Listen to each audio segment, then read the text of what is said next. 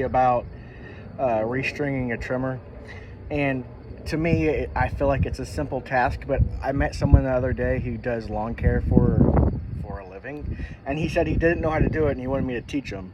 What he uses is just one of those heads where you put a string through and you cut it off and you have to replace it every time. I go through so much trimmer string that would not work out for me, and I don't understand how someone who does it for a business gets away with that, because that'd be a lot of work.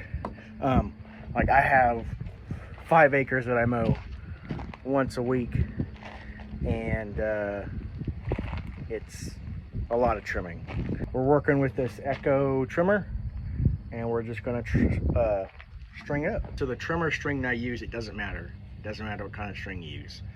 I do that with the Stihl brand. They are exactly the same to me. They all last the same. I don't know. I think I got this for free. But the amount that I use is 2 arm lengths. I gotta get this fucking string off. When I say 2 arm lengths, it's just what I know works. Do I know how long my arm length is? Absolutely not. But, oh, you can't even see in that video, but yes, reach it out, stretch it out, and then take where it met your fingertip and do it again, and then cut it off where it was at your fingertip. It's that simple. Standing in a ant pile and fucking biting me, so I'm gonna have to move. I'm back from the vicious ants. Gosh dang, they got me. Usually they leave me alone. I was standing in their home. This is supposed to be a short video. I can never make a short video. I have to edit it out 95%. So here you go. This is what we got. You have an R side and an L side. And I have marked the R. I don't know what these mean. I don't know. I know what works for me. I have no idea what the R and L mean. Probably right and left. Maybe. But I know the R side for me works best that goes up. That goes up towards into the head. So that's how I do it. And there's a little hole right here that you feed this through, the string through, evenly. So all you have to do is take your string, feed it through, make it even. It's supposed to be easy. Feed it through, and so it's even. See that? It's pretty easy. And so now we know that the R side is going to go up. We're going to wind the side that's the groove that's going down. So, but it only winds one way. If you wind it the other way, you might be missing a chromosome. I don't know. And then there's these little holes right here, so you can keep the string in place while you'll do it, or while you're done. So just, and see, the string is too thick, so it doesn't fit into those. But